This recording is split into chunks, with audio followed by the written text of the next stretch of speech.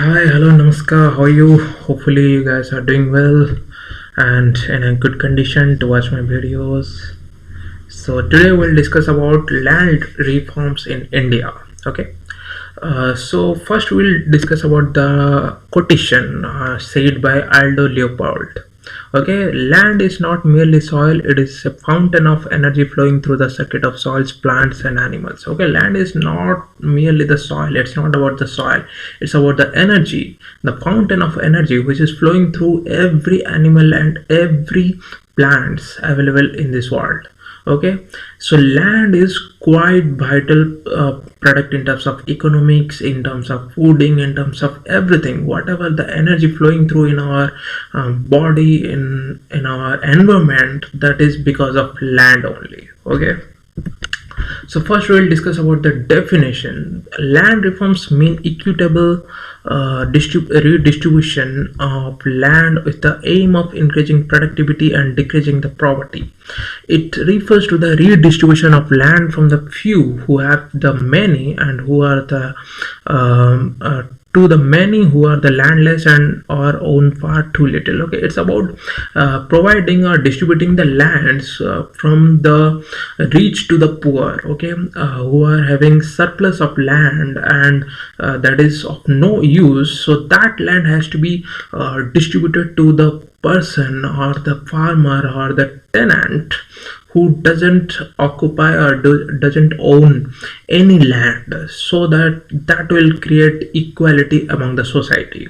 Okay, so land reformation. Okay, land reformation has diminished the system of jamindari system, then the system of jagirdari system. Jamindari is like somebody is having a a lot of lands. Okay, and they are arranging tenants or farmers for cultivating in their land, and that farmer has to take the loan from that jamindar to grow the product on the land. And when the product will be harvested, when the crops will be harvested, that has to be sold, and whatever the money he will get, he has to pay his loan amount to the jamindar along with the interest rate. And after that, whatever amount is left with it, he has to run his family with that amount only. That will be a very little amount. See, if some farmer has taken 10,000 rupees from a jamindar, and after cultivating the after harvesting the crops, he is getting 15,000, then 2 to 3,000 interest will be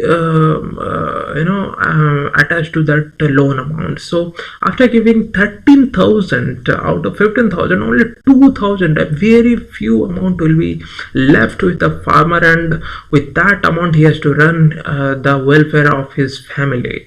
So that is quite a little amount, and that system has to be vanished, the system has to be changed. So that's why this land reforms revolutionary idea has created a lot of impact in our society. So jamindari system and jagirdari system both are same, and there is a little difference. Jagirdari is nothing but giving that jagirdari, that means what do you call it, sugarcane crops. For that, if some farmer are harvesting sugarcane crops, then that will be jagirdari system, and jamindari is for harvesting and production of every crops. Okay, then ryotwari system is those persons who are owning their land and they don't need any jamindar or any person to pay their rents to the British government. Okay, ryotwari are the persons who are having their own land, and after the Battle of Buxar, when the Britishers has been owned, they have put taxes on states like West Bengal, then Odisha, and so on. Okay, so those farmers has to pay the tax to the British government, and the farmers which are having their own land, the tax they are paying that to the British government, that system is known as Riyotwari system. And this Malwari system is like this is like somebody is having a lot of villages. I mean, a group of villages is somebody is having, and from that village they are collecting the tax. That is known as Malwari system. Now, a result of land owning system. Before land distributions or land reforms, the land owning system has certain demerits in them. So that system's demerit we will talk about. Extreme peasant indebtedness due to sky high tax rates. Okay, due to extreme indebtedness due to sky high tax rates. Okay, see, tax rates are very high. Okay, so people, I mean the farmers are not able to pay that tax from the crops harvested from on their land, or the tenants who are working on others' land, they are not able to pay that much of tax because the tax rate was fixed by the British governments. Okay, so whether it is raining in an unhabitual way, or whether it's drought in this season, or whatever is happened on the current season of harvesting crops, British governments doesn't care. They need that fixed amount of tax from that particular land, no matter what situation you are going through. So because of that indebtedness was quite high, and the farmers were exploited. That was the demerit of this land owning system. Then creation of class of rich few who mostly exploited the poor peasants. Okay, so see, this was creating that class inequality. Okay, so poor and the rich. Okay, somebody is having a lot of money and somebody doesn't have a single penny, or doesn't able to pay, doesn't able to eat their family in a well manner. So that is what this land owning system was creating, that peasants lived in constant fear of eviction. Yes, see, if you have some amount that is hand to mouth, and you don't have any savings with you, then if some disease will God should be kind, and God should be blessed on the family. But if in any case they are facing any kind of disease or any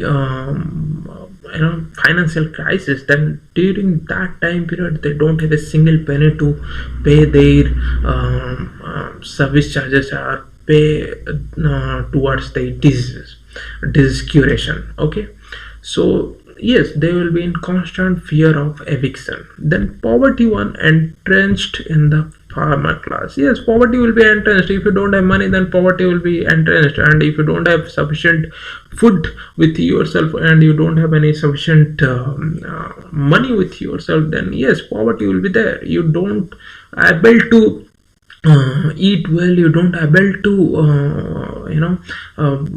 do well in your life, for particularly welfare in your life. So that will create poverty in the society.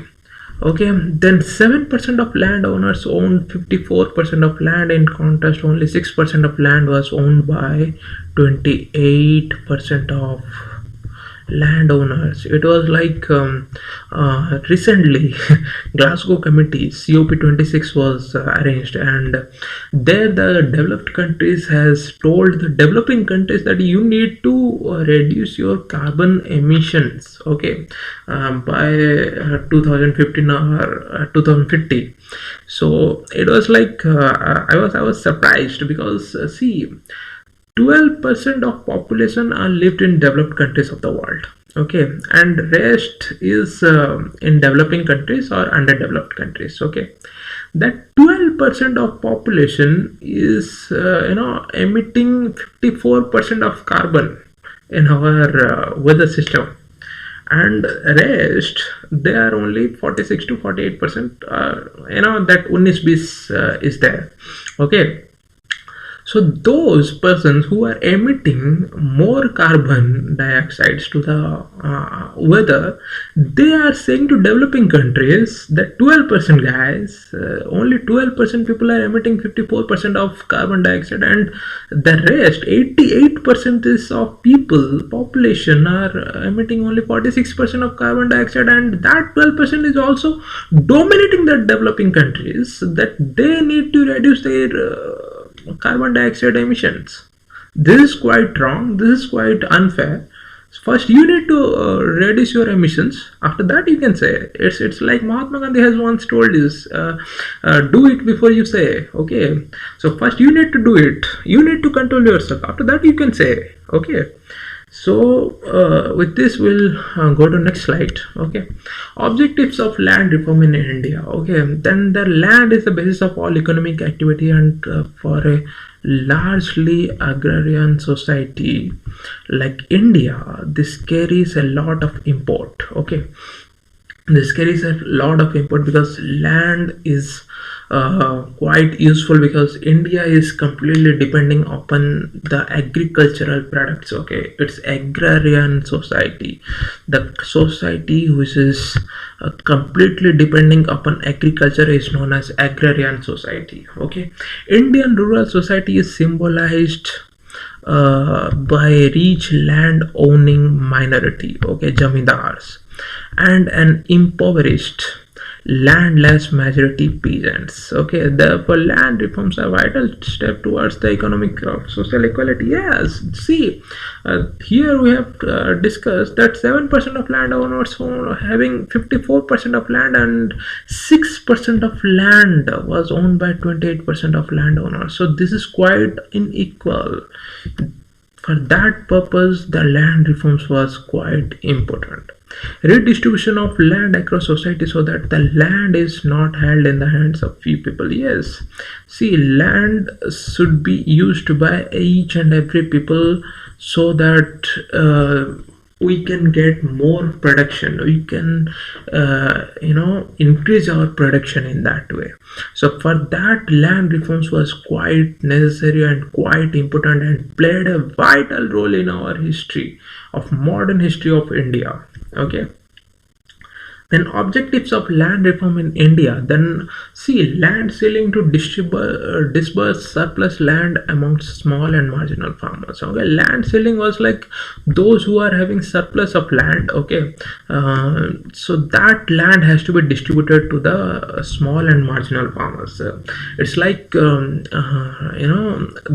vehicle will be the vehicle runs through petrol. Okay, so if we want to go to a long distance, then it's not like that the vehicle's tank capacity is 12 liter and we can put 20 liters or 25 liters of petrol. That is quite unusual and that is quite impossible. So money is necessary in our life, but money is not everything, and land is necessary, but land is it shouldn't like that all the land's in your hand and you are not utilizing that land. Okay, so that surplus land has to be taken care. That surplus petrol has to be put in a particular bottle so that you can travel the long distance. So whenever that 12 liter will be consumed, then you can use that extra petrol. Okay, so that land has to be utilized, that land has to be productive. So for that purpose, the land reforms to the small and marginal farmers distribution was quite necessary. Then removal of rural poverty. Obviously, if somebody is having land and they are doing some production, they are harvesting crops, then poverty will be definitely decreased. Then abolition of intermediaries. Yes, jamindars, the farmers has to pay the tax to the jamindars, and that tax was taken to the Britishers. But after the independence, that jamindars doesn't have any work, so that's why that intermediary work was demolished. Okay, abolished. Tenancy reforms, yes, obviously, if somebody was working in another land, I mean, another person's land, and they are not getting any profit, then tenancy reforms will be there. They are getting having their own land right now, and they can do the production of their own.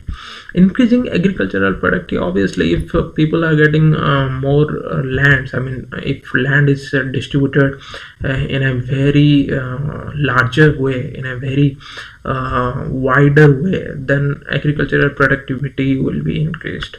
Consolidation of land holdings and prevention of land fragmentation, yes, land holdings will be consolidated. That means you can have this much of land in your hand, with you, and that land fragmentation, that land distribution was there. If you have more than the land you can occupy, then that extra land, that surplus land, has to be taken by the government, and that has to be distributed to the poor and marginal farmers or tenants or peasants. Okay, then developing cooperative farming is nothing but just you need to grow each and every kind of products. You need to grow each and every kind of crops, so that the food requirement of our society can be fulfilled.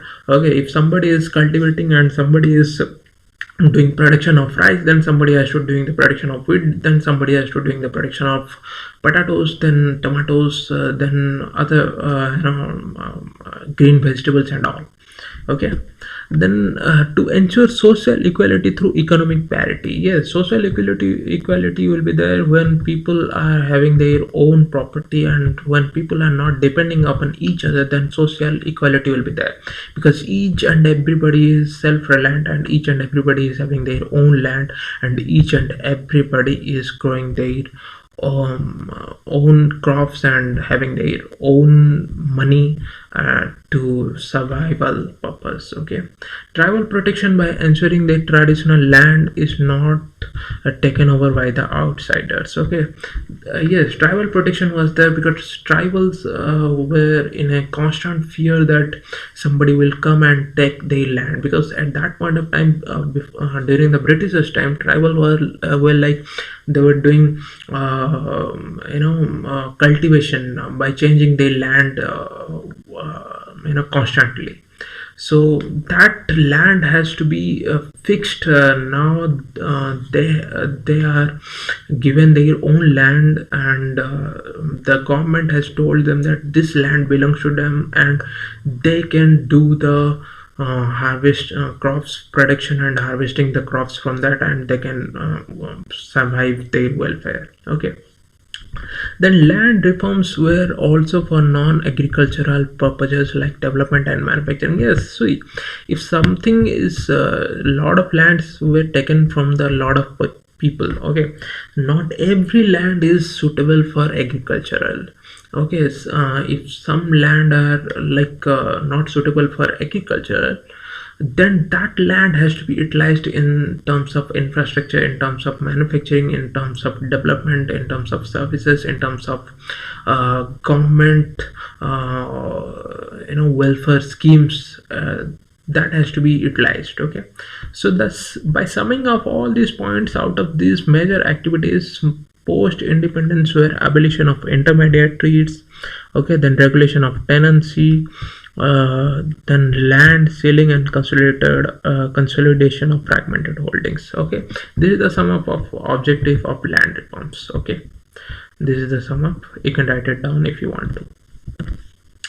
Then ways of land reforms. See, land reforms ways are various ways. Okay, suppose India has seen 4 experiments since independence to redistribute the land holdings. Okay, so first is through legislation, second is state governments are putting pressure and seize the extra land, for example like in Kerala and West Bengal. Okay, this Kerala and West Bengal, the Naxalite movement, that they are grabbing land and taken to the poor and fragmented farmers. Then reforms below through voluntary donations. Yes, Bhudan and Godan movements, Gramdan movements through Binoba Bhabe.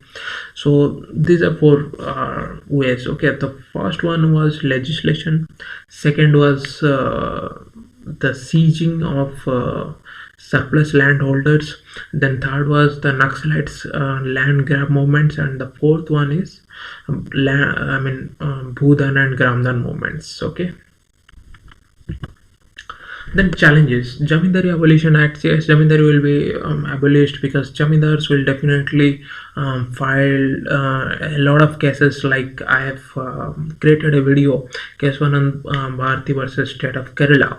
In that case also, Keswanand Bharti's property was seized by state government, Kerala state government, to be distributed to small peasant farmers.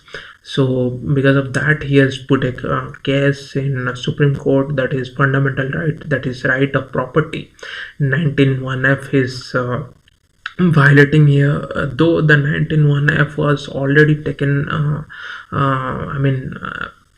reviewed and taken out from fundamental rights in Amendment 25 during the IC Golaknath case. That has to be completely analyzed. If you go through that video, then you will understand. So in this way, a lot of cases were happened, a lot of cases were filed, but at the end of the day, land reforms were succeed.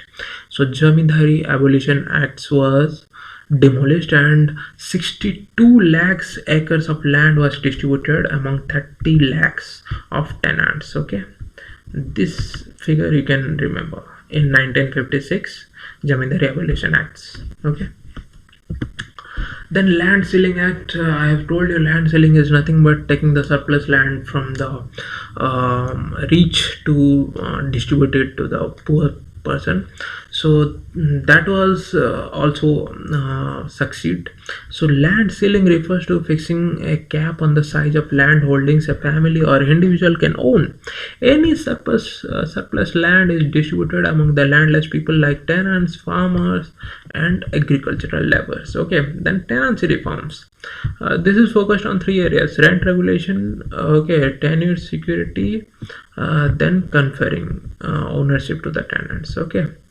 Regulation of rent. That rent has to be regulated. See, government has taken very few amount of tax from that person to whom the land was distributed. Then tenure security, that land will be taken given to the given as a lease to a particular farmer for let's say 50 years or 100 years or something like that, then conferring ownership to the tenants. Then they have given the ownership to them that for next 50 years or 100 years you are the person who is going to be the owner of this, and later on that land was belonged to that particular person through various registration and all.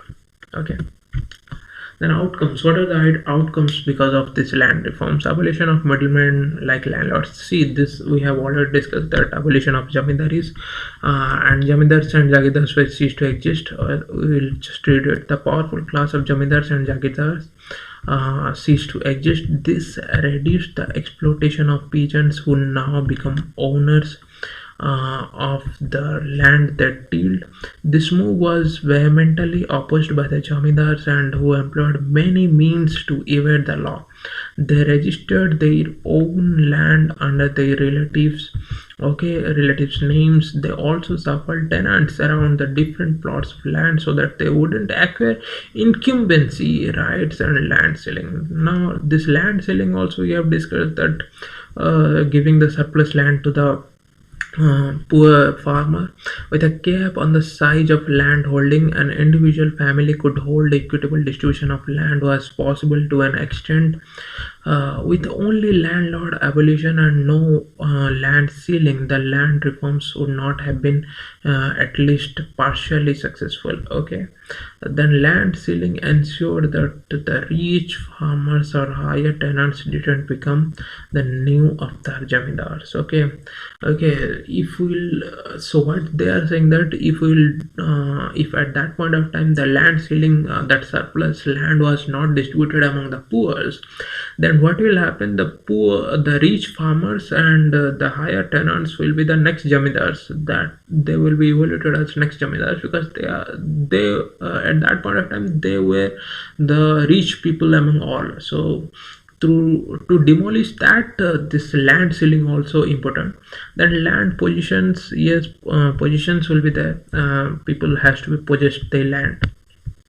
The land is a source of not just economic income but also social standing. Land reforms made it mandatory to have records of holdings. Yes, if some land is registered on the name of somebody, then that record has to be taken care by government, which was not in the case of previously the case was not there.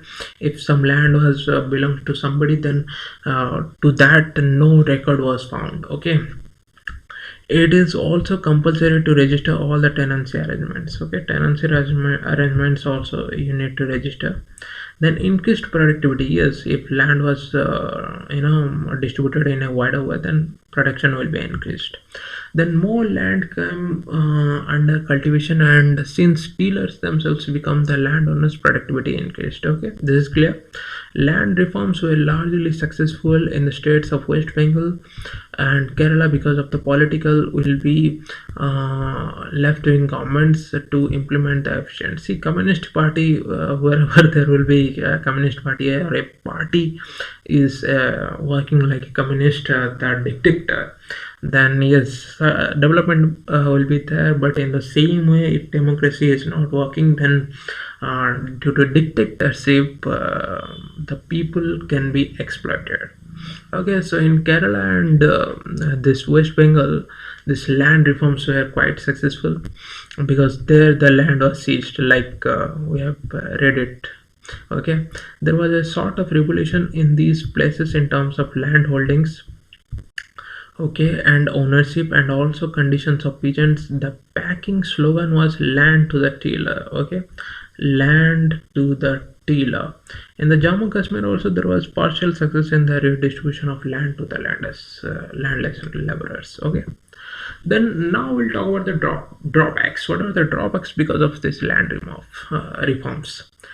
There are still many small and marginal farmers in India who prey to the clutches of moneylenders and continue to remain indebted. Yes, there are a lot of farmers who doesn't occupy any land still. I have also seen a lot of farmers. So for them, it doesn't make any difference. Okay, rural poverty still exists. Yes, poverty will be still there. Land ceiling varies from state to state. Yes, land ceiling varies from state to state, that we have discussed in West Bengal and Kerala. This land ceiling was quite successful, whereas in Jammu and Kashmir it was partial successful. So many plantations were exempt from land ceiling act. Many people own huge tracts of land under Benami names. Yes, Benami names is like they're they're registering their lands on the name of their children, on the name of their wives, on the name of their brothers, sisters, and all. So that's why a lot of people are also registering lands on the name of somebody who doesn't exist. So yes, people are doing some 420 kind of works. So that has to be demolished, that has to be taken care by government, and that has to be taken care by us also. We have to do a lot of things, because see, wherever whichever the country is developed, there the people are quite hardworking, and there the people was not supporting the corruption or any kind of corruption activity. So that's why we have to be very careful. We have to be very woke up to bring the changes, to bring a new society to gift our next generation. Land reforms also include agrarian reforms, which deal with measures to improve the productivity of land and especially agricultural land. This includes the Green Revolution. Yes, Green Revolution. I think Green Revolution was quite successful, and because of Green Revolution, only Punjab and Haryana and all these states are able to grow a lot of. Production was quite. Increased in a huge manner in the states. Okay. So, to fix various loopholes in the land reforms in the late 60s and early 70s, the recommendation of the Central Land Reforms Committee were implemented. Okay, the Central Land Reforms Committee was given their ways or their views during the time of 60s and 70s to fulfill the loopholes which are available in our land reform system. So after that, a lot of cases was also filed, and a lot of things has happened. I'll discuss later on, but for this video we'll end up here. And if you have any doubt or if you have any question, then you can comment and ask me. I will personally taken care of those questions, and I will try to answer them. Okay, then with this, thank you very much. You have been a great audience. Thank you.